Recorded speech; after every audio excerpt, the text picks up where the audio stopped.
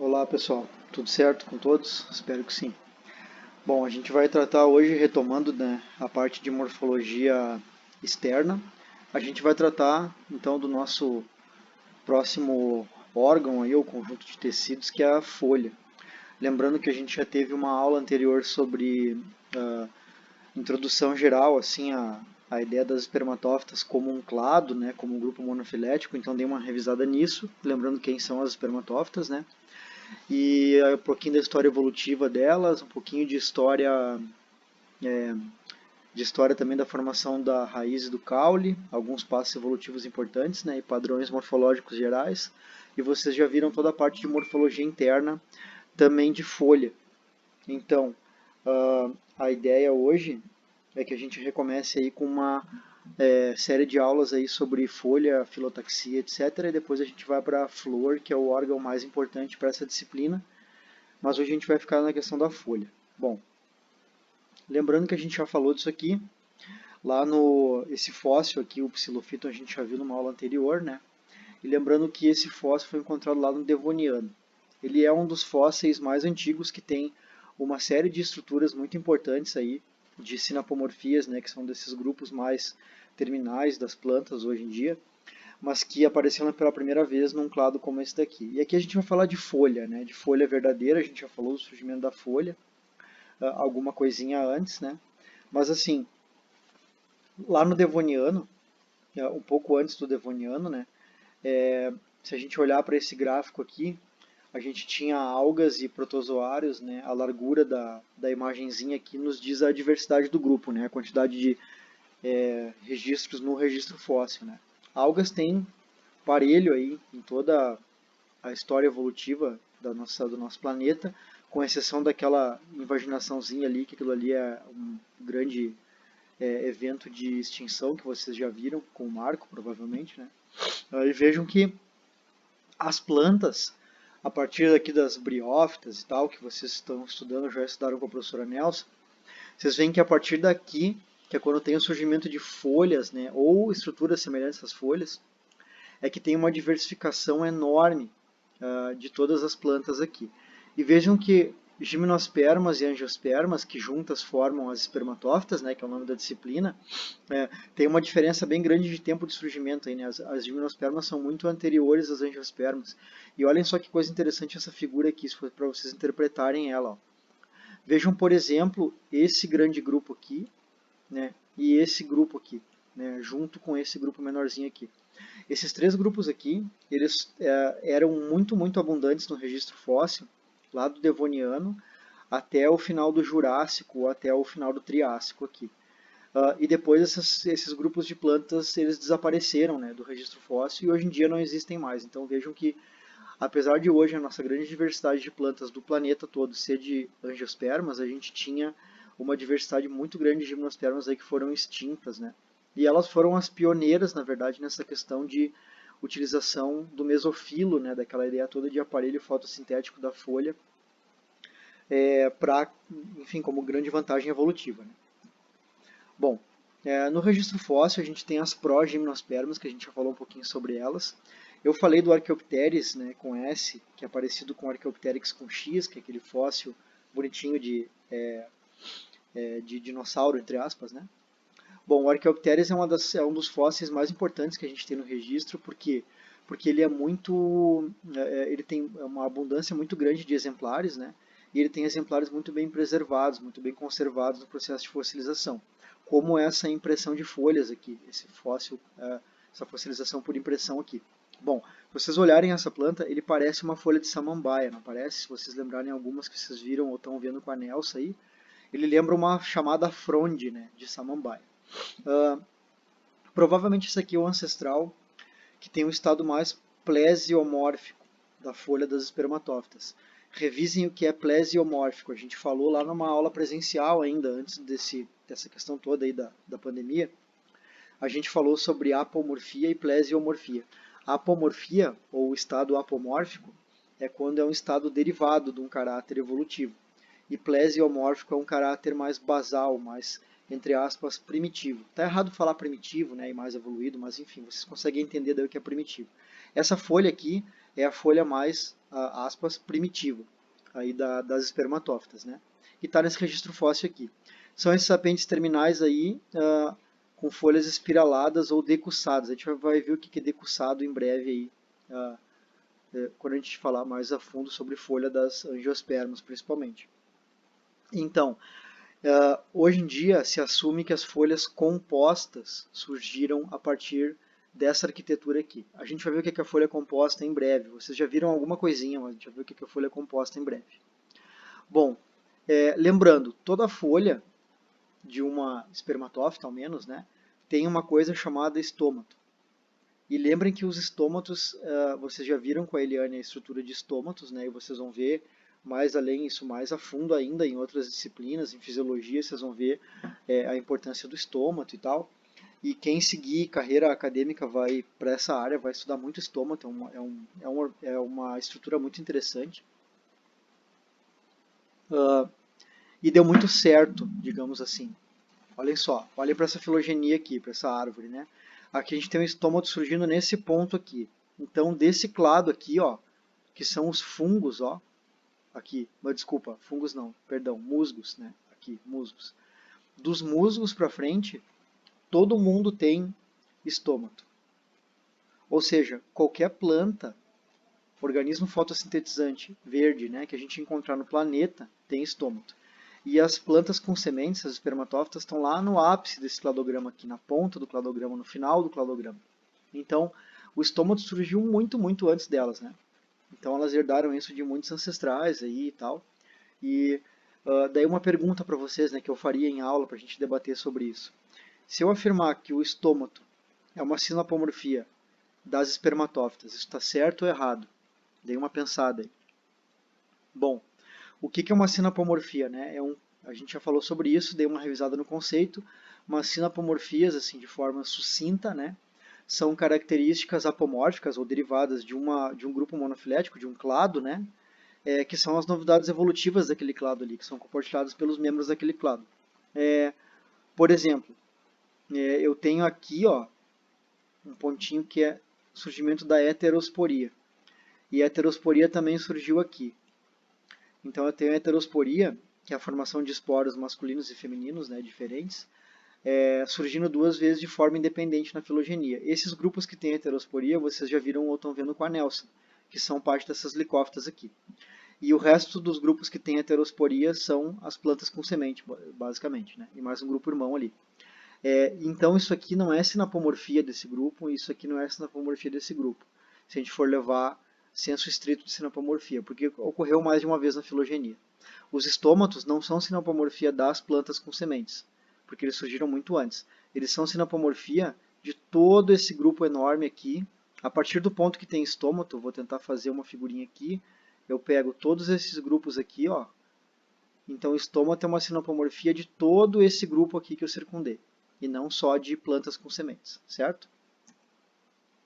Bom, folha nas espermatófitas, né? Isso aqui é uma árvore filogenética, um cladograma de todas as espermatófitas. Então vejam, está disponível nesse site aqui, e essa página é legal se quiserem dar uma olhada, porque é interativo esse gráfico aí. Ou seja, vocês conseguem clicar onde tem essas árvorezinhas aqui e abrir a árvore filogenética, abrir o cladograma daquele grupo lá. Ah, eu quero ver como é que é a sinapomorfia Ferns e Samambaias, né? Sensu lato. Eu quero ver a árvore das samambaias. Eu clico lá e vou ver. É o grupo externo, né? Vejam, está fora das gimnospermas aqui. Bom, vocês vão ver o que é grupo externo, se não sabem o que é isso, mais além de disciplinas, em outras disciplinas, tá? Vejam que nesse cladograma, as gimnospermas, os grupinhos que formam as gimnospermas, têm uma diversidade muito baixa em comparação com todos os grupos que formam as angiospermas, que são muitos, muitos grupos aqui. O resultado disso seria, se a gente pensar de forma lógica, uma heterogeneidade foliar, né, de formas de folha maior nas angiospermas. Só que agora vocês têm que imaginar o seguinte, ó, as gimnospermas, se a gente pegasse o cladograma delas e expandisse isso aqui tudo, tá? Todas as gimnospermas aqui, a gente já vê que tem milhares de clados aqui fósseis que já estão extintos e que seria muito maior que das angiospermas, né? Então, essa heterogeneidade grande que já existiu nas gimnospermas, como existe hoje, no momento atual geológico, né, nas angiospermas, ela gerou uma diversidade foliar muito grande em gimnospermas. É por isso que o que a gente tem de folha hoje em gimnospermas é também muito heterogêneo. Eu vou dar um panorama geral para vocês do que tem de folha em gimnosperma, mas vocês vão ver isso em bastante detalhe com a Cris, com a professora Cristiane, no próximo semestre na disciplina de Botânica das Espermatófitas, que daí vocês vão ver cada grupinho desse aqui, não todos, tá? Porque é impossível, né, que tem aqui nesse cladograma, mas vários vocês vão ver em detalhes, inclusive das gimnospermas ali. Bom, vejam aqui, está numerado aqui, isso aqui é um dos cladogramas mais atuais aí da filogenia das gimnospermas, é um trabalho de 2014, e tem os grandes grupos de gimnospermas aqui, certo? Então vejam como as folhas são heterogêneas, né? Vocês conhecem alguns grupos, esse grupo eu tenho certeza que vocês conhecem. Isso aqui é da família Araucariaceae, aqui, ó, que tem Araucaria angustifolia, por exemplo. A Araucaria angustifolia tem uma folha parecida com essa folha aqui. Vocês conhecem essa folha, né? É uma folha que quem já pegou uma folha de araucária na mão, tal, lá no chão do promato, enfim, sabe que é uma folha que o pessoal chama de pungente, né? O que é pungente? É quando tem esse ápice aqui, ó, que fura, que perfura, né? São folhas pungentes. Dei uma pensada de por que a araucária tem folha pungente, por que a araucária tem uma folha que espeta, tem uma folha tão dura. Provavelmente a resposta de alguns aí que vem na cabeça tem a ver com interações biológicas, né? Tem a ver com herbivoria. Várias plantas têm folhas duras, espinhos e tal, para evitar que animais comam elas, né? Só que araucárias, elas têm folhas lá no topo da árvore só, né? Às vezes a mais de 20 metros de altura. Então, contra quais herbívoros que essa planta está se protegendo, né? A gente tem que lembrar, pessoal, que, como eu comentei aqui no slide anterior, as gimnospermas, eram o grupo dominante há muito tempo, né, na Terra. E há tanto tempo que quando elas dominavam as paisagens, né, os ecossistemas da Terra, e as angiospermas estavam começando a sua diversificação ainda, tinham outros animais aqui, né, muito diferentes dos que tem hoje. Por exemplo, os grandes répteis herbívoros, né, que a gente tinha aqui. Os clássicos lá, dinossauros dos filmes do Jurassic Park, né, aqueles bichos enormes lá. Imaginem quanto que um animal desse não consumia de biomassa, né? E esses animais consumiam biomassa de plantas altas, né? Por exemplo, de araucárias. Né? Não só da Araucaria angustifolia, mas de vários grupos dentro dessa família aqui, Araucariaceae.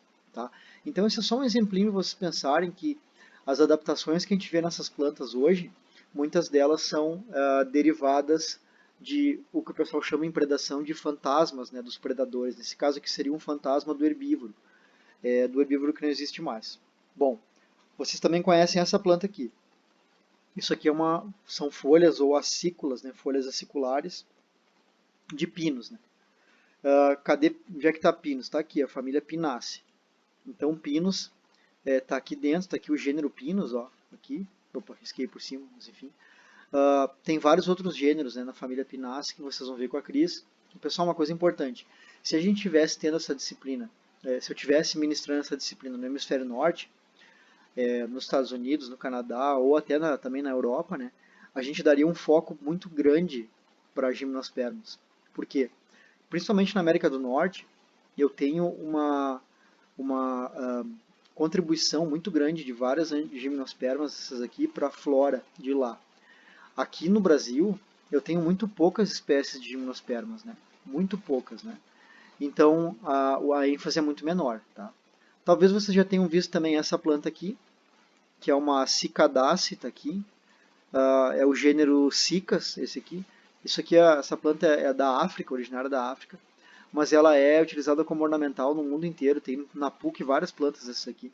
É uma planta também que é meio que o pessoal gosta de chamar de fóssil vivo, que nem essa planta aqui, que talvez vocês conheçam, que é ginkgo biloba.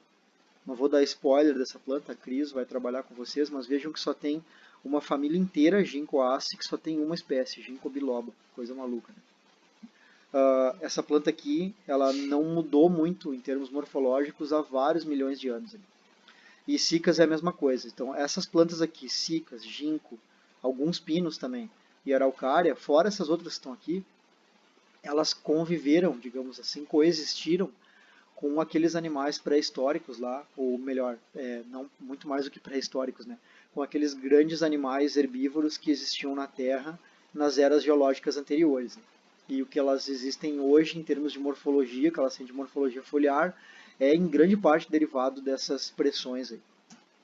Bom, isso aqui já é a filogenia das angiospermas, tá? Bom, é um trabalho também de 2014, é um dos trabalhos aí mais que melhor resolvem as gimnospermas em termos de relações filogenéticas. Tem muitos grupos aqui, muitos grupos. Então, não tem como a gente mostrar a folha de cada um deles, é impossível, vocês vão ver com a Cris alguns padrões, mas tem um padrão geral das eudicotiledôneas e das monocotiledôneas, que vocês talvez tenham visto até na escola isso. Folhas de eudicotiledôneas, que eram chamadas antigamente de dicotiledôneas só, né? Elas têm esse jeitão aqui, com essas nervuras, estão vendo as nervuras da folha? Que parecem umas nervuras parecidas com pena de aves, né? E daí se chama esse retículo de nervuras aqui de nervação peninérvia, ou nervação reticulada também é o nome disso aqui. Isso daqui é uma folha de monocotiledônea, folha de gramínea, né? Essa aqui, clássica. Olhem as nervuras da folha, elas são paralelas entre si, estão vendo?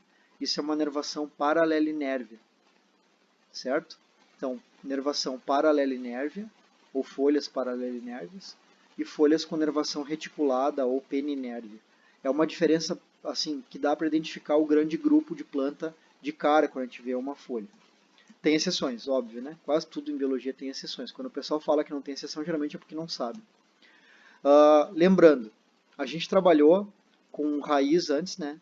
Que era um ambiente muito mais estável, e agora a gente vai trabalhar com folha, e já trabalhou com caule, que é um ambiente muito mais instável. Ou seja, tem a ver com mais variabilidade ou variação morfológica, né? E lembrando também que nessa ambiguidade do sistema axial de uma planta, a parte abaixo do solo tem uma função, que é captar água e nutrientes, fora transporte e tal, né, que tem na planta inteira. Já a parte aérea tem outras funções, basicamente captar energia luminosa e troca gasosa, né? Vocês já viram com a Eliane como é que a planta faz isso em termos de tecido da folha, né? Então lembrem, muito mais diversidade morfológica aqui, né? E muito menos diversidade morfológica aqui. Bom, lembrem também do sistema axial. Toda planta cresce ao longo de um eixo pré-determinado, geneticamente, né? As plantas foram selecionadas nesse sentido ao longo do tempo evolutivo. Na verdade, o surgimento desse crescimento aqui na direção de uma gema apical, bud é gema, tá? Isso aqui é uma gema terminal ou gema apical. Toda planta cresce nesse sentido aqui. E esse crescimento em um sentido único, o crescimento no sistema axial, é um dos marcos evolutivos mais importantes das plantas. A gente já viu isso aí um pouquinho, né? Bom, o crescimento de uma planta ele é indeterminado. Isso aqui é uma coisa, pessoal, que é difícil da gente pensar como mamíferos, né? Num organismo que cresce de forma indeterminada. Teoricamente, uma planta cresce para sempre. Ela não tem, vocês vão ver isso em outras disciplinas e tal, mas ela não tem processos descritos de envelhecimento celular como tem uma célula humana, por exemplo, né? A gente tem problemas celulares aí clássicos que se conhecem na literatura há muitos anos já, que estão relacionados com o envelhecimento. Uma planta não tem isso, né? E daí a planta cresce teoricamente para sempre, ou até que tenha algum problema muito sério em termos externos, né? Por exemplo, um patógeno, um fungo, né? Um animal como um cupim, por exemplo, que vai consumir biomassa da planta e tal. Tem plantas, pessoal, vocês vão ver isso com a Cris em algum detalhe, eu vou mostrar um pouquinho para vocês também mais além na disciplina. Tem plantas que a gente sabe que tem mais de 4.000 anos, né? E elas estão vivas, né? São árvores, né? Tem uns parques americanos lá que tem árvores que têm milhares de anos, né? Então a planta teoricamente cresce nesse sentido aqui para sempre, certo? E daí ela também tem o crescimento secundário, você já viu com a liana, etc. Mas o que importa aqui é que ao longo desse eixo aqui, que cresce sempre no sentido da gema apical, é onde eu tenho os meus apêndices todos, inclusive as folhas, né? E o que é uma folha, então? Né? Uma folha tem que ter um conceito, né? Então uma folha é um apêndice laminar do caule, beleza. Geralmente clorofilado, geralmente por quê? Porque tem planta que não faz fotossíntese.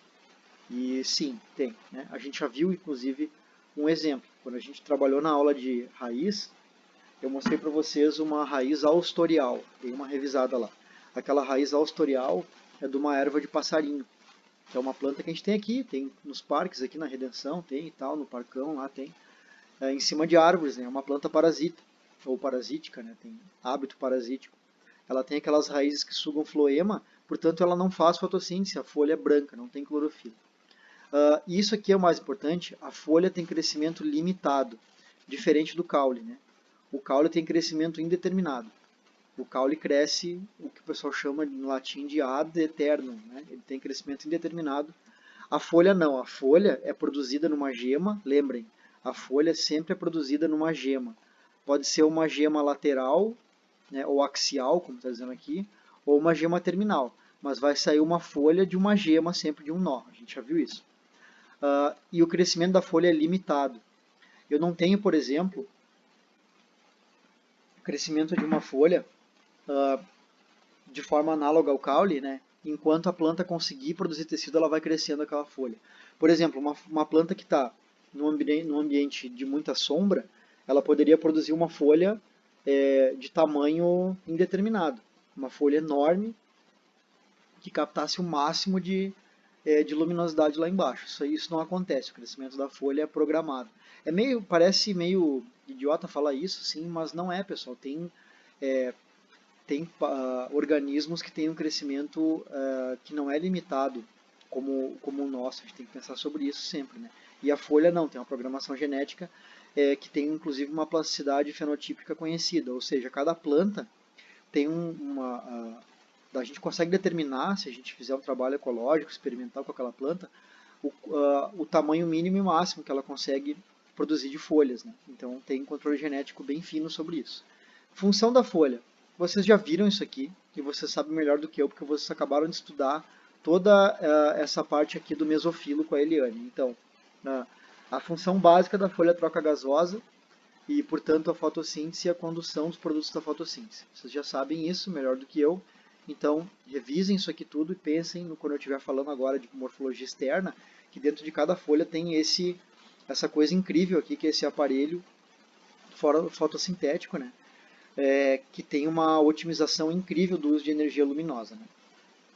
A grande meta de alguns laboratórios de biologia sintética do mundo aí é produzir em laboratório, né, com biotecnologia ou com simplesmente tecnologia, outras tecnologias, né, que não biológicas, algum aparelho ou aparato, como alguns gostam de chamar, que consiga converter energia luminosa em energia química e elétrica, portanto, né, de forma análoga ou de forma tão eficiente quanto, ou tentando se aproximar da eficiência do mesofilo, né, do mesofilo. A gente não tem isso, né? As células fotovoltaicas de hoje e coisas parecidas com isso aqui produzem muito, muito pouco em relação ao que daria para produzir se a gente se espelhar no que uma folha consegue fazer. Bom, vejam a importância ecológica disso, né? Primeiro, imaginem uma floresta, né? A quantidade de troca gasosa que ocorre numa floresta e a quantidade de fotossíntese que ocorre, ou seja, o quanto de carbono atmosférico é convertido em carbono orgânico, né? Carbono inorgânico da nossa atmosfera em carbono orgânico. Só cuidem uma coisa, né? Não caiam naquele erro clássico que o pessoal leigo comete, o biólogo não pode cometer esse erro, de falar que a Amazônia é o pulmão do mundo e tal. Vocês sabem por que isso é errado? Isso é errado. Vocês vão ver isso com o Leandro, em fisiologia, mas basicamente vocês têm que pensar que a troca gasosa no mesofilo envolve a absorção de oxigênio e liberação, né? Liberação de gás carbônico. Absorção de gases e liberação de gases, digamos assim, né? Absorção de gás carbônico que é para fixar o carbono, né? E tem liberação de oxigênio.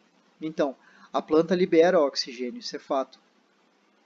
E ela produz, portanto, parte do nosso oxigênio atmosférico e tal, e fixa muito do nosso carbono, né? A parte de fixar o carbono, sim, é importantíssima. Mas a parte de ser o pulmão do mundo, por que está errada? Porque a liberação de oxigênio que uma planta realiza a gente tem que pensar que uma planta, uma árvore dessa, também precisa de oxigênio para os seus tecidos, né? Então ela também absorve oxigênio. Então tem um consumo alto de oxigênio. Nesse sentido, pessoal, as florestas tropicais elas são mais importantes em termos de água do que de gases, tá? Vocês vão ver isso mais além em disciplinas de ecologia e tal, comigo também vocês vão ver em conservação com o Bica, que tem uma coisa chamada rios aéreos, né? Na nossa Amazônia aqui, brasileira e extranacional também, que é uma questão de umidade do ar acima das florestas tropicais, né? Que é o que provoca chuvas em outros lugares do mundo, às vezes, né? Nem no mesmo país. Enfim, por isso que é importante. Essa questão de troca gasosa e fotossíntese é uma das coisas, mas as florestas e a folha, portanto, né, é mais importante do que isso. A fotossíntese é o que sustenta toda a nossa cadeia trófica do planeta inteiro. Ela produz biomassa para herbívoros como esses aqui consumirem. E ela produz biomassa que a gente também consome, né? Que a gente também consome. Uma parte absurda da nossa dieta, a grande maioria da nossa dieta, é a biomassa proveniente da fotossíntese. E se a gente pensar que quem come, eu por exemplo não sou vegano nem vegetariano, eu como carne, né, normal, assim. O que eu estou comendo de carne de um animal desse aqui na verdade, energia do sol convertida, se vocês forem pensar, né? Porque é energia luminosa convertida em energia química que é utilizada para converter carbono inorgânico em carbono orgânico na planta, né? Naquela grama lá. E daí esse animal aqui consome a biomassa daquela grama lá e converte a biomassa da grama em biomassa muscular dele, né? E a gente consome aquela biomassa. Então tudo é proveniente da fotossíntese e tudo é proveniente da folha. Vejam a importância da folha, né? Bom, e a última coisa aqui, isso aqui milhares de anos atrás, 800 mil anos atrás, e aqui o nosso tempo zero. Esse trabalho aqui é de... o último core aqui, acho que é 58, mas o presente que eles estão dizendo aqui é 99 ou 2002, uma coisa assim, não lembro que ano que é esse trabalho aqui. Mas a ideia é que isso aqui é a concentração de carbono atmosférica em partes por milhão, até muito perto da nossa data atual. Vejam aqui, muito perto do ano zero, o pico que a gente tem hoje de carbono aqui. A gente chegou a 400 partes por milhão, ali, por isso que eu não lembro o ano, tá? Mas eu acho que é perto do ano 2000, sendo que 100 mil anos antes, que evolutivamente é nada, né? A gente teve um pico que era perto de entre 250 e 300, né? Então a gente aumentou aí bastante a quantidade de carbono atmosférico nos últimos anos aí. Toda essa variação que vocês enxergam aqui de carbono atmosférico é proveniente da variação de captação de carbono pelas plantas, né? E pelos oceanos também, tá? Do mundo todo. Então vejam a importância da folha, né? A folha que faz isso, que muda o carbono atmosférico e, portanto, é a folha que muda o clima da Terra, né? Mas tem vários tipos de folha. Não é só a nossa folha normal, eu não gosto muito do termo normal, tá? Mas normal, que é o nomófilo, que é a folha da planta adulta, né, que faz fotossíntese. Tá? A gente tem cotilédones, por exemplo, que são folhas embrionárias, embriófilos. Né? A gente tem primórdios foliares, que são as primeiras folhas, que é essa aqui, ó, primeira folha da planta que sai. E aqui do lado está os cotilédones. Né? A gente tem catáfilos, que são folhas de caule subterrâneos. A gente já viu isso aqui, né? A gente viu que a cebola, que cada coisinha dessas aqui na cebola é uma folha. Né? E que o caule da folha está aqui, que é o prato, né? Caule tipo prato. E que a gente teria a folha fotossintetizante saindo daqui, assim. Bom, vamos ver o que é um cotilédone e um primórdio foliar.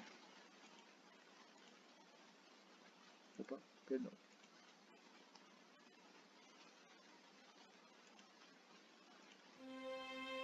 Vocês vão ver agora um time-lapse aí de uma germinação de um feijão. Isso é um feijão. Então vejam que a primeira coisa que saiu aqui são raízes. Tem a radícula aqui que produziu raiz e já tem até a raiz adventícia aqui saindo no caule. A raiz cresce antes da parte aérea, vocês já sabem disso, né? E a planta vai emergir Vejam que a planta vai emergir já com uma voltinha do que vai ser o caule, está esverdeado, porque essa fase faz fotossíntese ainda. Mas o que vai aparecer são as duas primeiras folhas que qualquer planta tem. No caso do feijão, que é uma eudicotiledona. O nome é dicotiledona. Tem 2 cotilédonos. Vocês vão ver, vocês sabem o que são os cotilédonos do feijão. Essa planta aqui, um cotilédono já caiu lá embaixo. E essa aqui vai abrir os 2 cotilédonos aqui, eles vão se abrir para essa planta levantar. Observe que os cotilédonos estão se hidratando, estão ficando murchos, já caiu. O cotilédono é a reserva energética que a planta usa no processo de germinação. São as 2 primeiras folhas mais importantes que a planta tem. Depois tem essas 2 folhas aqui, que são os primórdios foliares, que são as primeiras folhas que a planta produz. Então essas 2 primeiras folhas aqui, elas são responsáveis pelo crescimento inicial da planta, pela fotossíntese inicial, quando a planta está perdendo os cotilédonos ainda. E o que vocês estão vendo ali crescendo no meio, aquilo ali, deixa eu voltar. Isso aqui é a gema apical da planta. A planta vai crescer naquela direção ali. Então vamos ver de novo, outro exemplo, os 2 cotilédonos aqui. O feijão, que vocês conhecem, só para uma plantinha de feijão. Que a planta vai consumindo os nutrientes daquele cotilédono, e vai mobilizando aquelas reservas dos cotilédonos para possibilitar esse crescimento inicial. Tá? E a primeira folha da planta são os primórdios foliares. Tudo que a planta produzir a partir da folha, lá para cima, vão ser os nomófilos, que são as folhas normais da planta. Mas tem algumas outras categorias de plantas, de folhas, perdão, que são importantes. Eu tenho brácteas, né, por exemplo. Isso aqui, ó. Isso aqui vocês não podem mais chamar de flor. Isso aqui não é uma flor, isso aqui é uma inflorescência. A gente vai ver mais além, daqui a algumas aulas, que cada coisinha que tem ali é uma flor. Tá? E isso aqui, ó, essa estruturinha verde, essas estruturinhas verdes na base, são brácteas.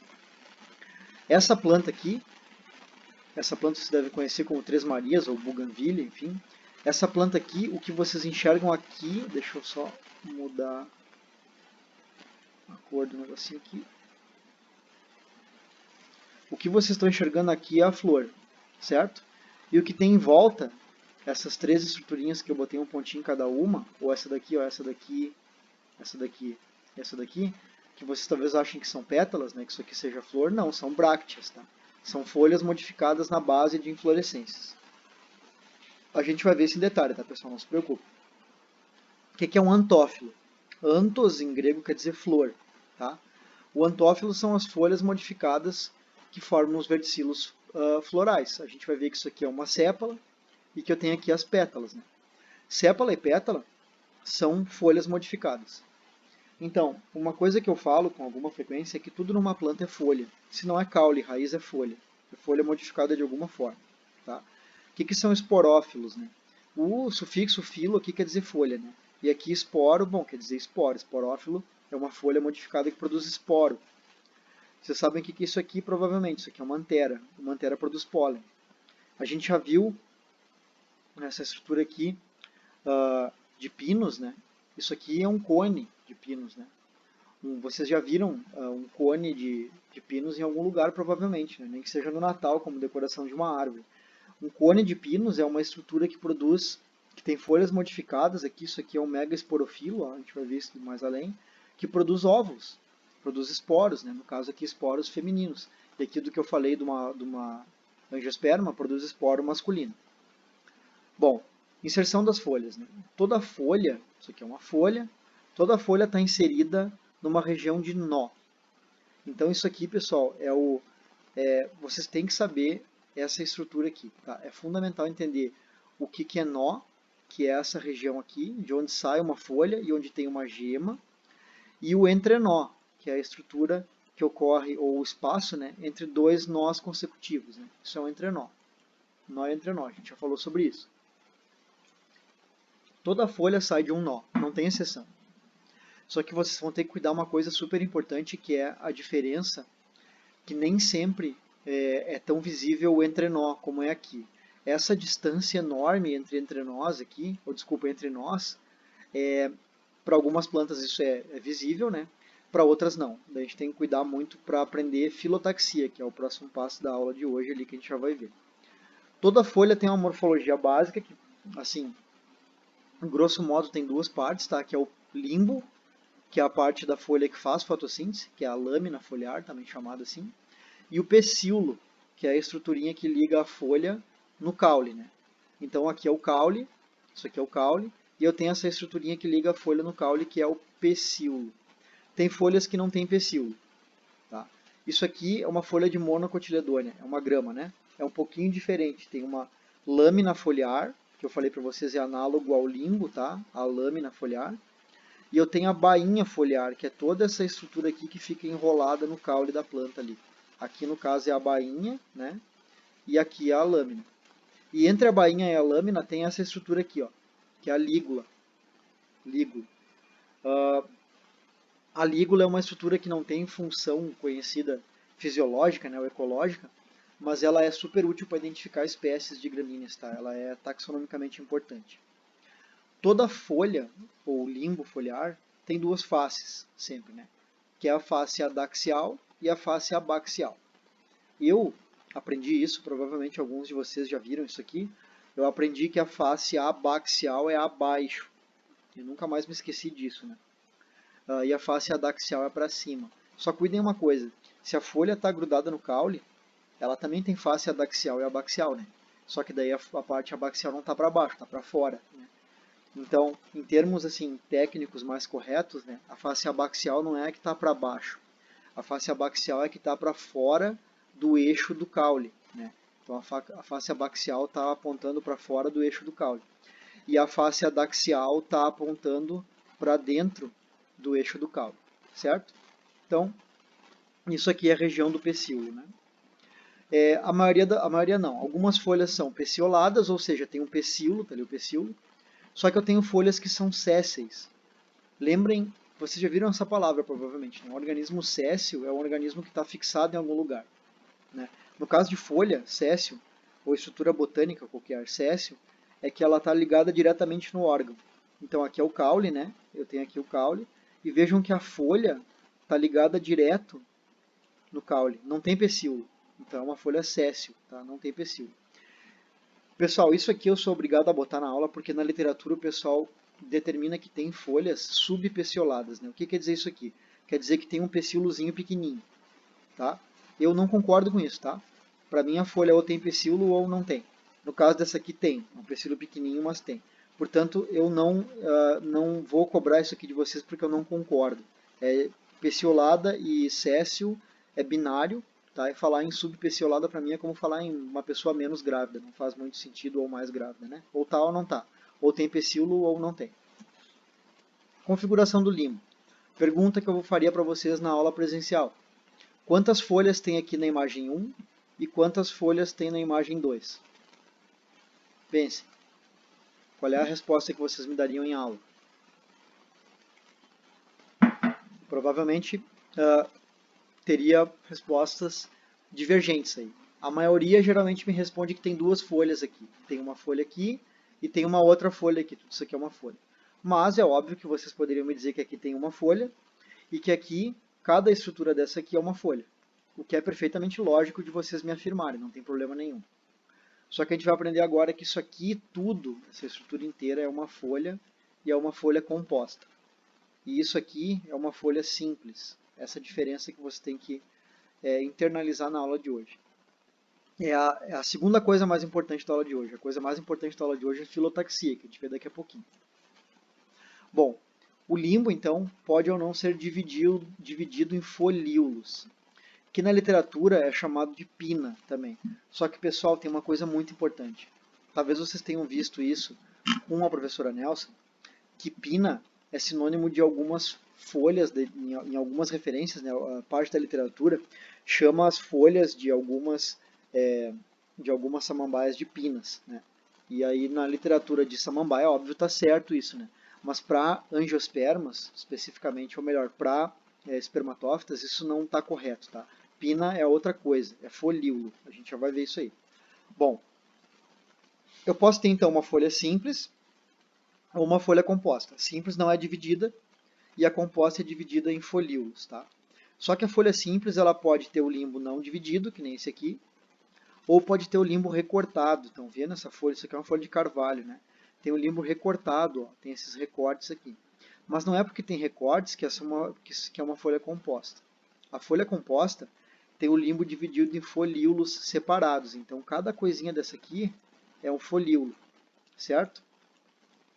Tá, mas qual é a diferença, professor, de folíolo para folha e tal? Que diferença faz? Bom, a diferença é que aqui, ó, essa folha sai de um nó, lembram? Toda folha sai de um nó e de uma gema.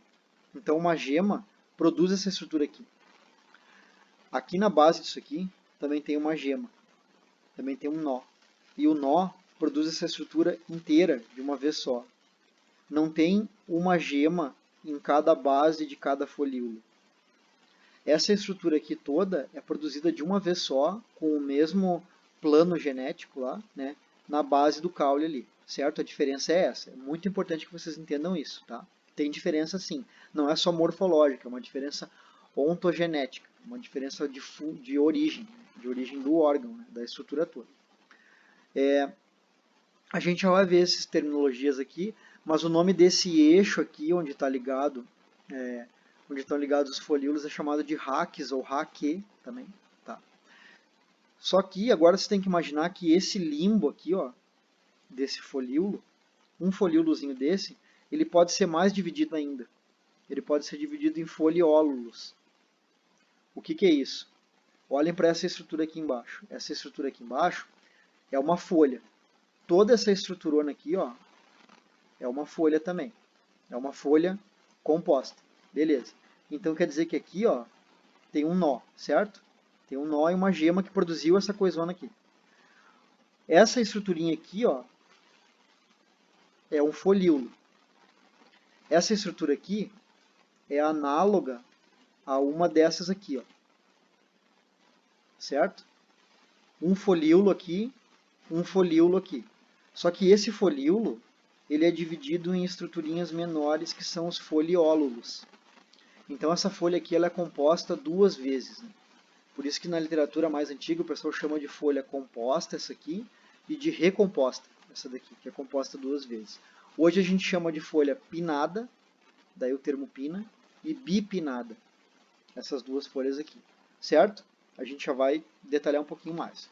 Então aqui um esquema agora, não com folha verdadeira, mas eu tenho folíolo.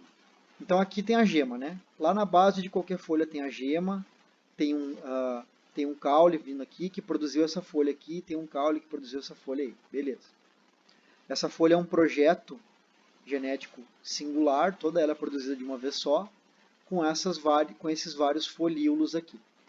Então aqui é um folíolo, aqui também tudo isso aqui é um folíolo. Só que esse folíolo aqui é dividido então nesses foliólulos, que são esses menorzinhos aqui. Essa estrutura aqui, ó, não é mais caule, né? É proveniente do caule, mas é o eixo onde estão presos os folíolos. E o nome dessa estrutura é raque, ou raquis, né, que a gente viu antes ali. Só que aqui eu tenho um outro eixo, que é esse eixo aqui, onde estão presos os foliólulos. Né? Como é que é o nome desse eixo? Esse eixo é a raquila. Tá? Então é folíolo, foliólulo. Raque, raquila. E na base de cada folíolo tem uma estruturinha que é o pulvino. E daí na base de cada foliólulo pode ter uma estruturinha que é o pulvínulo. Está aqui o nomezinho. O que é o pulvino? Vocês vão ver, ouviram já, não sei com a Eliane, que isso daqui é uma região onde tem um tecido especializado que ele faz uma mobilização de água muito, muito rápida. E daí a gente vai ver que tem uma função bem legal para a planta. Já vou mostrar para vocês um videozinho sobre isso. Quando uma planta com folha composta termina em um folíolo, ela é chamada de imparipinada. Um ou três, né? Vocês que decidem como é que vocês vão internalizar na cabeça de vocês isso. Quando a folha termina em dois folíolos, em par, ela é paripinada. Tá? Por que é importante essa diferença aqui? Porque a gente consegue saber qual é o grupo da planta, o gênero, a espécie, às vezes, ou a família da planta, sabendo se ela tem folhas pari ou imparipinadas. Tá? Então é importante entender. Tá, vamos ver o que é Ou para que serve um pulvino? Primeiro, isso aqui é uma planta com folha composta, certo? Isso aqui tudo é uma folha, ó. Essa estrutura inteira é uma folha, está saindo desse nó aqui, essa folha. Portanto, isso aqui é um folíolo, e cada coisinha que vocês estão vendo ali é um foliólulo. Na base de cada folíolo tem um pulvino, e na base de cada foliólulo tem um pulvínulo. Olhem o que o pulvínulo e o pulvino fazem. É bem legal.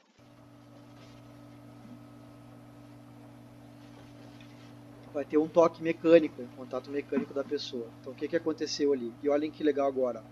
Bateu no ramo inteiro. A planta literalmente fechou os folíolos e foliólulos, né?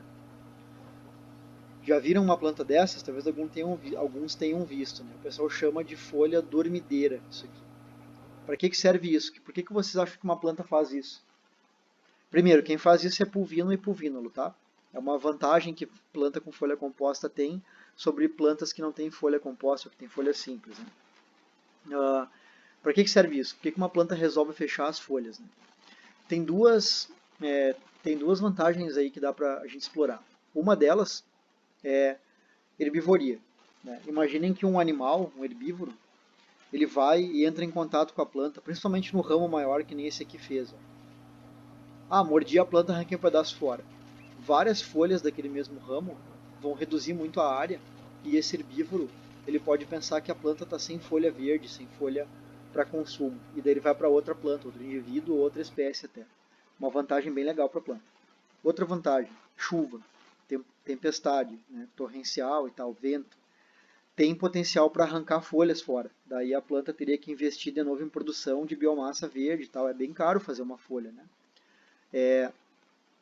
Então o que a planta faz? Quando caem pingos de água aqui, ou tem um vento muito violento que mexe os ramos, a planta fecha, ou fecha, né, que é o jeito certo de falar isso, essas folhas, folíolos e foliólulos aí, e reduz a probabilidade de perda de biomassa verde. Duas vantagens legais que podem acontecer, tá? Bom, problema que geralmente vocês se deparam aí, tá? É a comparação de folha composta. Isso aqui é uma folha composta pinnada, né? E isso aqui é uma folha composta bipinnada. Folíolos, né? E aqui folíolos e foliólulos, né? É confundir com folha simples pinnatissecta. Eu já vou falar onde é que vocês podem consultar essa questão de terminologia, tá? Mas uma folha pinnatissecta, uma folha simples que tem um recorte tão profundo do limbo que o recorte chega quase na nervura principal. E daí parece que essas estruturinhas aqui são folíolos. Olhem essa planta aqui. Isso aqui é de uma pteridófita, né? Só que o que acontece muito, principalmente no herbário, né? Vocês entregam uma folha que nem essa aqui, ou que nem essa aqui embaixo, isso aqui já é o angiosperma, entregam me dizendo que isso aqui é uma folha composta porque isso aqui é um folíolo, ou que isso aqui é um folíolo. Não é, tá, pessoal? Isso aqui não é folíolo, isso aqui não é folíolo. Isso aqui são folhas simples, que tem um recorte do limbo muito profundo, que confunde com essa folha aqui, tá? A configuração do limbo é muito variável e tem muitas configurações diferentes, tá? Que eu não vou entrar em detalhes com vocês agora, mas que tem na literatura, vocês podem olhar. A gente já viu o que é uma folha paripinada, uma folha imparipinada, mas, por exemplo, tem uma folha palmada, que é quando eu tenho de um eixo central, que os folíolos saem, geralmente 5 folíolos, né? Um em cada direção. Eu tenho uma folha, essa aqui a gente já viu também, que é uma folha bipinnada, né? Que tem folíolos, né? Isso aqui é o folíolo, né? E daí tem foliólulos, né? E ela é bi-imparipinada, ela termina em um folíolo, desculpa, em um foliólulo, né? Ela podia ser biparipinada, se ela terminasse em 2. Eu tenho folhas trifolioladas, né? Que tem 3 folíolos. E eu tenho o ápice da sacanagem que eu poderia fazer com vocês numa prova, é cobrar uma folha unifoliolada. Tem algumas plantas que originalmente tinham folhas trifolioladas, que nem essa daqui, só que ao longo do tempo evolutivo, né, elas perderam 2 folíolos, né? E daí elas têm só uma junção de onde saíam outros 2 folíolos ali, e tem só um folíolo terminal. E daí elas são unifolioladas. É evidente que eu não vou cobrar de vocês isso aqui, né? mas para vocês saberem que isso existe. Bom, filotaxia. Se vocês estão cansados já, que essa é uma aula longa, façam uma pausa aí, porque essa é a parte mais importante da aula, tá? E eu estou tomando uma água aqui que eu estou cansado também. Mas assim, filotaxia é como que as folhas se distribuem no caule. É o arranjo dessas folhas no caule. E pessoal, folha está em negrito, sublinhado com uma fonte maior aqui, porque vocês têm que lembrar que é o arranjo de folhas e não de folíolos, tá? Porque a coisa mais comum, a gente já vai aprender como é que se faz filotaxia. A coisa mais comum é vocês olharem isso aqui, olharem vários folíolos de uma folha composta e tentarem fazer filotaxia disso aqui. Não é assim que faz, tá? Bom, a primeira coisa que eu tenho que olhar, e a gente vai usar essa planta modelo bem simples aqui, o primeiro critério é o número de folhas por nó. Então, aqui está o nó, né? Aqui está o nó e aqui o nó. Quantas folhas por nó tem aqui? Bom, tem uma folha por nó aqui. Opa, uma folha por nó. Aqui tem quantas folhas por nó? Tem 2 por nó. E aqui tem quantas? Bom, eu estou vendo 3, mas deve ter 4, uma lá atrás, mas eu vou botar 3 aqui. Beleza. Então, quando eu tenho uma folha por nó, a filotaxia, o nome dela é alterna. Quando eu tenho 2 folhas por nó, a filotaxia é oposta, porque fica uma de cada lado, né, do nó. E quando eu tenho mais de 2, né, pode ser 3, 4, 5, N folhas por nó, é verticilada. Então, o primeiro passo de filotaxia é simples, tá? É só isso, é ver quantas folhas tem por nó. E eu vou pedir que vocês pensem nisso, que os critérios têm uma ordem, por um motivo. A primeira coisa é ver quantas folhas por nó tem. Que daí vocês acertam metade já da filotaxia, né? O segundo passo é ver a relação de planos de inserção das folhas. Isso aqui, pessoal, é um pouquinho mais complicado de falar em aula teórica, e mesmo na aula presencial seria complicado de falar para vocês isso, e a gente vai praticar isso assim que tudo se normalizar em aula prática, tá? E eu vou postar alguns vídeos para vocês falando de filotaxia também, comigo ou com a Cris, na verdade, manipulando plantas, tá? E daí eu explico para vocês isso mais além desses vídeos, como é que vai ser. Mas a primeira coisa, então, para filotaxia é o número de folha por nó. Aí eu já sei que essa filotaxia com uma folha por nó é alterna, 2 folhas por nó é oposta, 3 folhas por nó é verticilada. Mais de 2, desculpe, por nó é verticilada. Agora vamos ver planos de inserção. Bom, eu posso ter folhas inseridas no mesmo plano. O que é mesmo plano? Essas folhas aqui todas, elas têm... Primeiro, o que é um plano, né? Um plano, vamos imaginar que um plano é uma folha de ofício. É aquele espaço que uma folha de ofício ocupa, né? Porque ela é bem fininha, então só dá para ver, não dá para ver uma terceira dimensão, é muito difícil a gente mensurar a grossura, né, a espessura de uma folha. Tem 2 dimensões uma folha, né, que vai ser a altura e a largura, basicamente isso. Então esse negócio aqui é um plano, né, um plano só. Então essas folhas aqui, elas estão dispostas em um plano só. Elas estão ocupando ali o espaço que uma folhinha de ofício ocuparia. Se elas estão todas no mesmo plano, em um plano, o nome dessa filotaxia é dística. Tá, qual é a oposição disso? É quando eu tenho folhas inseridas em 2 planos perpendiculares. O que é perpendicular? Perpendicular é quando forma um ângulo de 90 graus, né? Vamos lembrar, 90 graus eu tenho um plano aqui, outro plano aqui, e daí lá na escola a gente botava um quadradinho com uma bolinha, dizendo que isso aqui é um ângulo de 90 graus, né? Bom, como é que eu vejo na natureza isso? Olhem para essa planta aqui. Eu estou vendo folhas saindo nessa direção aqui, como essa folha aqui grande aqui atrás, estão vendo? E eu estou vendo folhas saindo nessa direção aqui, viram? Aí na verdade eu tenho também folhas para cá, né? E eu tenho folhas para cá, certo? Estão vendo? Eu tenho folhas nessa direção aqui, nesse plano, e eu tenho folhas nesse plano aqui, formando essa cruz, né? Vocês estão vendo que o ângulo que esses 2 planos formam é de 90 graus? Aqui é a mesma ideia, né? Mostrando aqui. Eu tenho aqui um plano, né? Aqui um plano, e eu tenho aqui outro plano. Esses 2 planos estão formando um ângulo de 90 graus entre si. Se eu botasse esse plano aqui de cima aqui para baixo, né? Ele ia estar aqui, né? Ele ia estar aqui assim. E daí esse ângulo aqui formado é um ângulo de 90 graus. Bom, quando eu tenho essa conformação de folhas aqui, vejam como é diferente de uma folha dística, né? De uma filotaxia dística, que é um plano só. Aqui eu tenho dois planos perpendiculares, né? O jeito mais fácil de ver isso aqui é que nem nessa imagem aqui, ó. É olhar de cima, né? De cima a disposição das folhas. Eu vou chamar de filotaxia cruzada ou decussada, que a gente viu antes esse termo aqui. Tá? Então, um plano, dística. Dois planos perpendiculares, cruzado. Muitos planos. Ou melhor, mais de dois planos. Filotaxia helicoidal. Helicoidal por quê? Porque forma uma helicoide, né? Lembrem de helicoide, eu pelo menos sempre lembro da dupla hélice, né, do DNA, que forma algo espiralado, que nem isso daqui, né? Que forma essas estruturas em espiral, que na verdade são super comuns na natureza, né? E que eu tenho folhas em várias direções ou vários planos, né? Cada número que vocês estão vendo é um plano.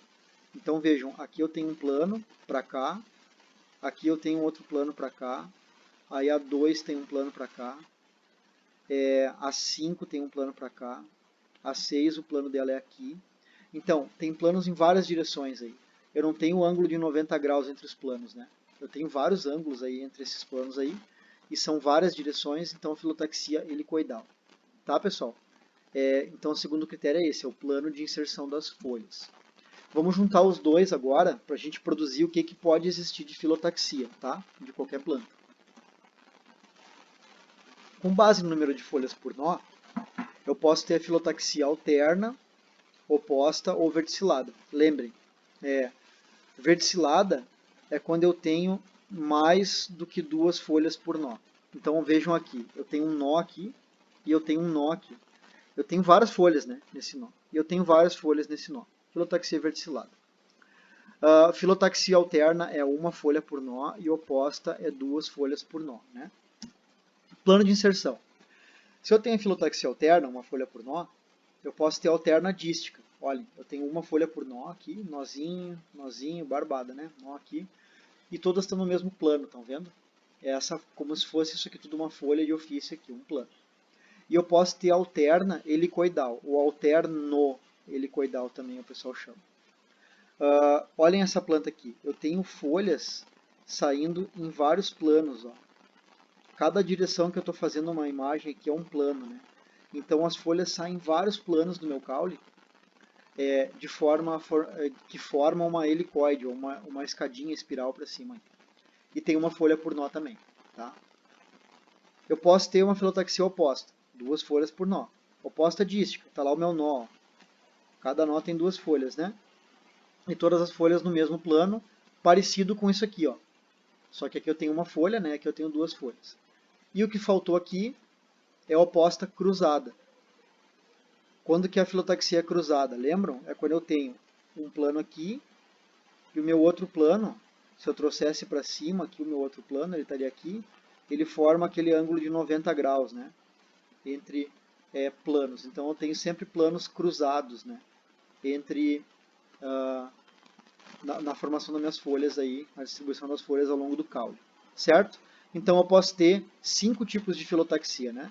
Eu posso ter uma filotaxia verticilada, quando eu olho o número de folhas tem mais de duas por nó, beleza, daí eu paro aí, verticilada. Ou daí, se a minha folha for alterna, filotaxia for alterna, eu tenho uma folha por nó, pode ser alterna dística ou alterna helicoidal. Se eu tenho folha oposta, duas folhas por nó, a minha filotaxia pode ser oposta dística, mesmo plano, ou oposta cruzada, dois planos perpendiculares. Tá? Pessoal, filotaxia é isso. Parece super simples, né? Porque tem poucos, só tem 5 possibilidades. Só que na prática pode ser bem desafiador. Então a gente vai praticar isso, né? Assim que a gente voltar para o sistema presencial aí. Isso aqui eu não uso, que são diagramas de filotaxia. Isso aqui a escola botânica americana usa bastante. Eu não curto muito, eu não gosto, porque eu acho que causa mais confusão do que ajuda. Mas vejam que são formas de mostrar filotaxia alterna dística. É um plano só, uma folha por nó. Vejam que aqui, ó, tá difícil de ver que é uma por nó, né? Porque esse nó aqui, ó, ele tá bem perto desse aqui, né? Então são nós bem próximos, né? Mas ela é alterna, é uma por nó. E aqui filotaxia oposta cruzada, verticilada, várias folhas por nó, e alterna helicoidal, uma por nó. De novo aqui, ó, essa folha está muito perto dessa em termos de inserção. Parece que tem duas por nó, né? Mas tem uma, cuidado. Agora, eu mostraria para vocês essa imagem aqui, na nossa aula presencial, e perguntaria, qual é a filotaxia dessa planta aí? E daí eu ia ficar esperando vocês me responderem qual é a filotaxia. O que vocês acham que é a filotaxia dessa planta? Pensem aí e tentem imaginar, voltem um pouquinho na aula e pensem na filotaxia. Eu já vou dar a resposta para vocês. E eu vou fazer perguntas, pessoal, na prova de vocês lá no fim do semestre, parecidas com a que eu vou fazer agora, com a que eu estou fazendo agora. E que a resposta vai ser parecida também. Tá? Primeira coisa para saber a filotaxia de uma planta, a gente tem que individualizar a folha. A folha. O que vocês estão vendo aí é uma folha composta. Vocês já devem ter visto, ou percebido, que é uma folha composta. Essa folha composta é uma folha composta bipinnada. A folha é dividida em folíolos e os folíolos são divididos em foliólulos. Bom, talvez vários de vocês tenham feito a seguinte interpretação. Isso aqui é um nó e tem uma folha para cada lado. Isso aqui é um nó e tem uma folha para cada lado. Isso aqui é um nó e tem uma folha para cada lado. Aqui um nó, uma folha para cada lado. Daí vocês concluíram o quê? Mais um nó, uma folha para cada lado. Que essas folhas estão no mesmo plano, só tem um plano aqui, né? E que tem duas folhas por nó. Portanto, filotaxia oposta dística. Provavelmente alguns pensaram assim, se vocês perderam um tempinho tentando saber essa filotaxia. Só que isso está errado. Por quê? É o melhor tipo de errado esse, tá, pessoal? Por que é o melhor tipo de errado, o melhor tipo de erro que vocês podem cometer? Porque se vocês disserem que isso aqui é filotaxia oposta dística, vocês entenderam exatamente como fazer filotaxia.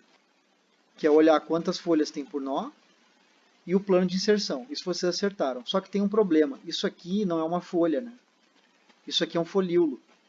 E cada coisinha pequenininha ali é um foliólulo. Então, o que é a folha? A folha dessa planta é isso aqui, ó. Tá, então eu tenho que olhar a inserção das folhas na planta. Portanto, qual é a resposta? A resposta é que é impossível dizer a filotaxia dessa imagem aqui. Porque eu só estou vendo uma folha. As outras folhas estão desfocadas no fundo lá, é impossível de eu afirmar a filotaxia com qualquer grau de certeza. Tá? A resposta é essa. Às vezes simplesmente não tem como responder. E isso é super difícil de falar, né? De detectar. Mas é importante que vocês entendam que muitas vezes uma pergunta não tem resposta. É esse caso aqui. Tá. Olhem para essa planta aqui. Essa daqui. Ó. Eu vou mudar aqui a cor do negócio de novo. Aquela planta ali, ela tem uma filotaxia que dá para a gente saber pelo menos um pedaço da filotaxia. O que é a folha aqui? A folha é isso aqui. Certo? Então isso aqui é um folíolo. E cada coisinha aqui é um foliólulo. Portanto, é uma folha composta bipinnada, a gente já viu. Legal, sei quem é a folha. Onde é que está o nó? O nó está aqui. Cadê o outro nó? Tem outro nó aqui. Ó. Mais um nó aqui. Mais um nó aqui. Que filotaxia é essa? Pensem. Voltem na aula, tentem fazer. Essa filotaxia tem uma folha por nó, concordam? Portanto, é uma filotaxia alterna. Próximo passo é eu ver quantos planos de inserção tem. Aí a imagem não ajuda muito. Porque eu não consigo ver muito bem se isso aqui está tudo no mesmo plano ou se está cada um em uma direção.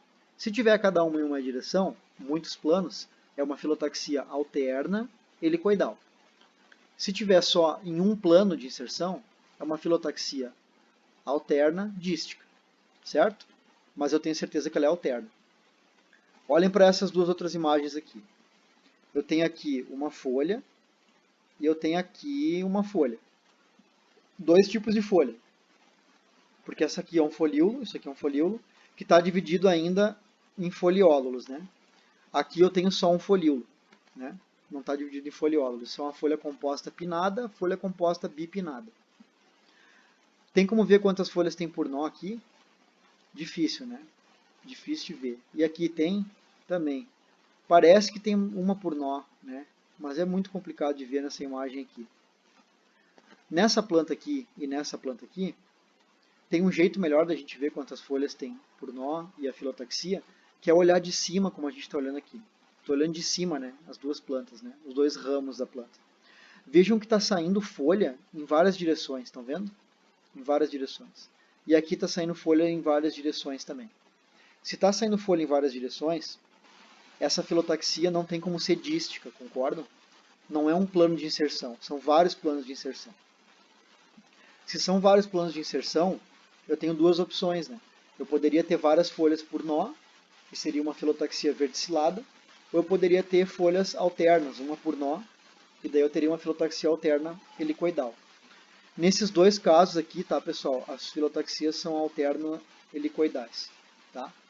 Não é muito claro na imagem, mas eu estou informando para vocês, então, são filotaxias alterno-helicoidais. São folhas alternas, uma folha por nó, e tem vários planos de inserção, e isso dá para ver bem quando a gente está vendo de cima, folhas saindo em várias direções aí. Pré-foliação é algo que a gente não vai detalhar, vocês têm que saber que existem, é a disposição das folhas jovens na gema. Então, isso aqui é uma gema, antes da folha aparecer, e geralmente reflete essa morfologia da folha madura. Tá? Mas tem tipos de pré-foliação, que são esses aqui. Vocês já devem ter visto pré-foliação circinada ou baculada, que é muito comum nas pteridófitas que vocês veem com a professora Nelson. Bom, a morfologia do limbo seria quase que uma disciplina à parte a gente trabalhar isso, tá? Mas é importante vocês saberem que cada parte do limbo foliar é classificado de acordo com vários critérios. Eu vou mostrar para vocês já como é que vocês podem estudar isso. Esses critérios estão aqui, definidos aqui, que é desde o contorno, cor, revestimento até a nervação, que são coisas que eu peço no herbário de vocês. Eu vou em breve postar um vídeo sobre o herbário, tá, pessoal? O herbário vai ser modificado, provavelmente, né? Por causa da questão toda do nosso trabalho muito mais à distância do que presencial. Então o herbário vai ser modificado, em breve vai ter um videozinho para você sobre isso. E vai ter um material de apoio no Moodle, detalhando tudo isso aqui de classificação morfológica de folhas, tá? Que vai ser um material de referência para vocês, na verdade.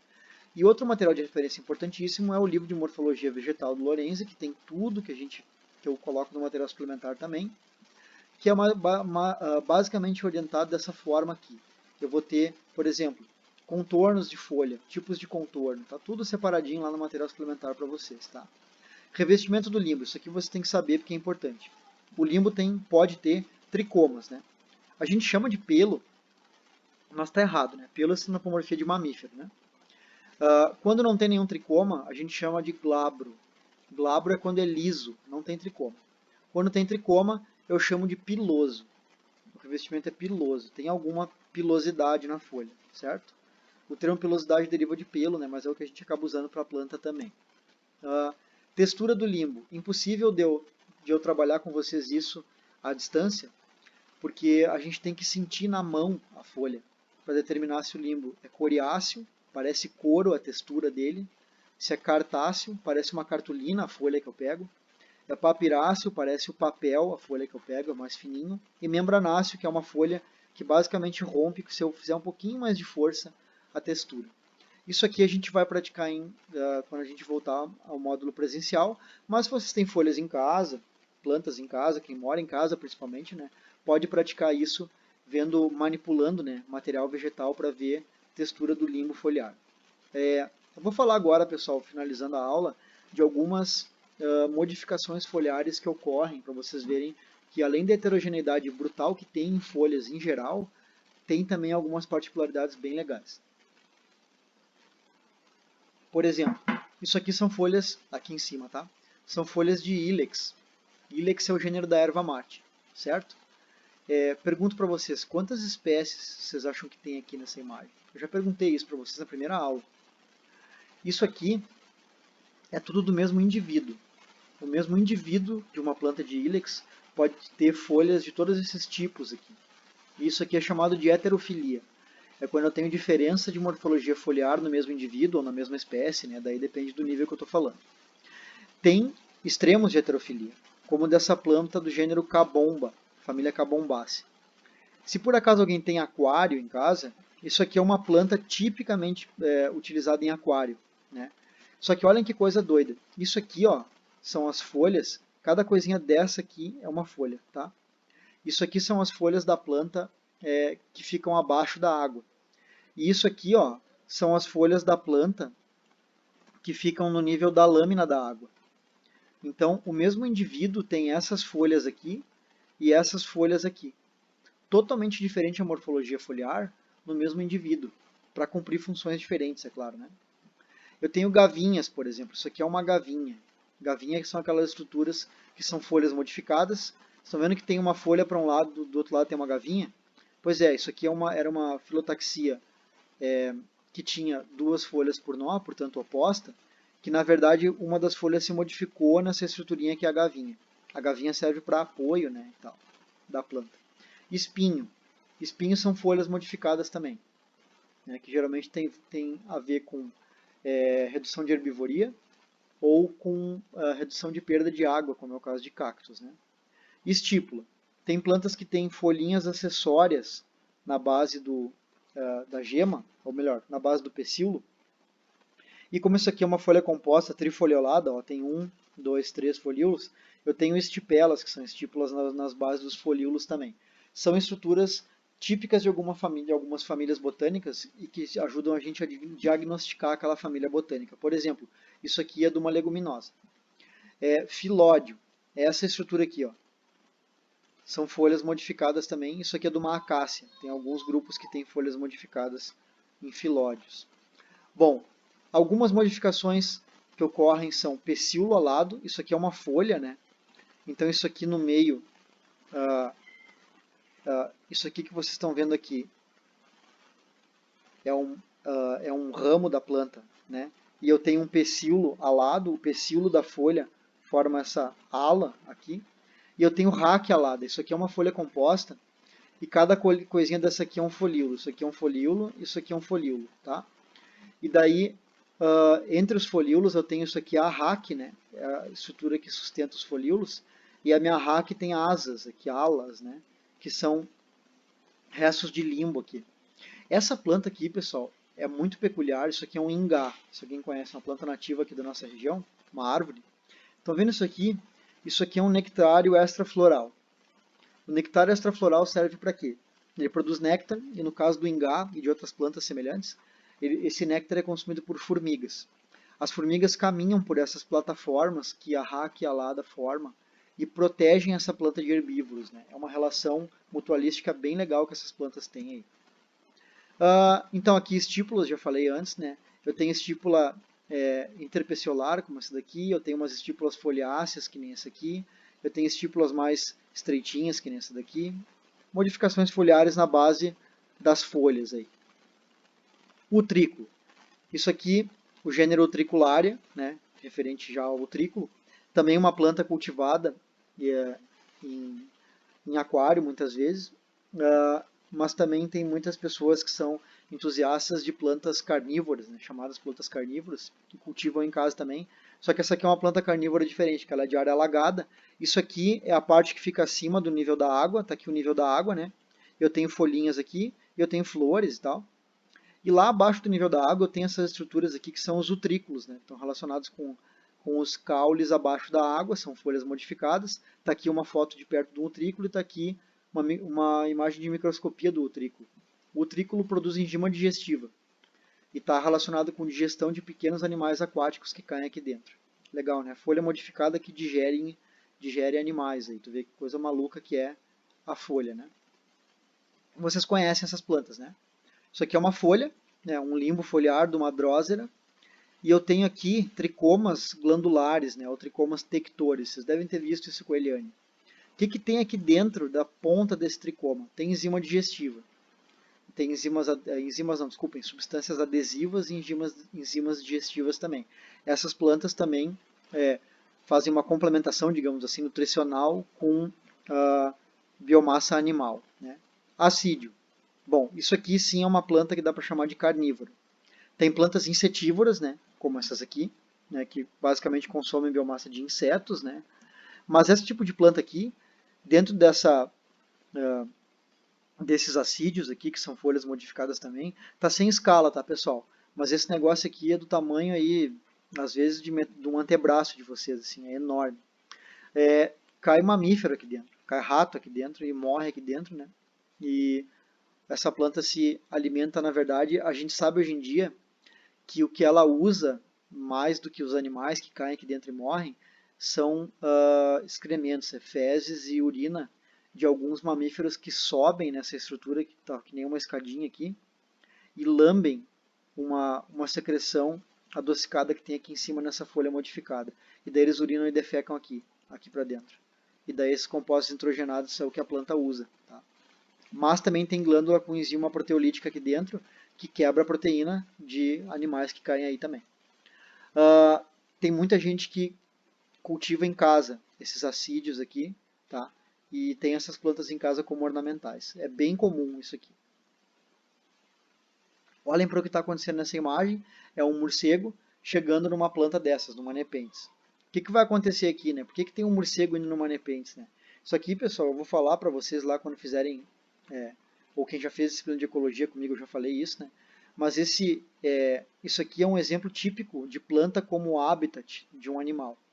Esses morceguinhos vivem dentro dessa planta aqui. É uma coisa incrível, muito legal, né? Bom, agora alguns videozinhos para finalizar a aula. Vejam o que acontece com uma mosca que está na borda dessa planta de Nepenthes. Essas plantas, pessoal, produzem essa substância açucarada nessa folha modificada que os animais vão consumir. Mas mais importante, elas produzem umas substâncias que são fixadas na lateral da planta aqui, na entrada do potinho dela, da cisterna dela, e que tornam essa parte aqui da planta muito lisa, muito escorregadia. Vocês sabem que um inseto consegue se fixar em basicamente qualquer estrutura, né? Olha o que acontece, ele não consegue se fixar aqui e cai. Então esse aí vai ser digerido lá dentro. Vocês vão ver que ele não consegue sair, de jeito nenhum. Isso aqui é um vídeo de uma pessoa que cultiva, então não vem ao caso que ela está falando aí, mas o pessoal cultiva essas plantas aí para vender e para ter em casa e tal. Essas plantas que são insetívoras, tem algumas que têm um comportamento totalmente diferente das outras. Elas pegam insetos que estão no ambiente, moscas, dípteros em geral, né, e alguns outros grupos, quando eles caem na folha, essas substâncias da folha que são grudentas, ali, adesivas, e não deixam o animal sair. E daí vejam o que está acontecendo aqui. A folha está se fechando, né? Se fechando. Essa planta vai perder essa folha aqui. Essa folha vai ser investida toda em estourar esses ápices aqui dos tricomas no animal, que vão digerir o animal ali, né? De forma externa, vão quebrar as proteínas.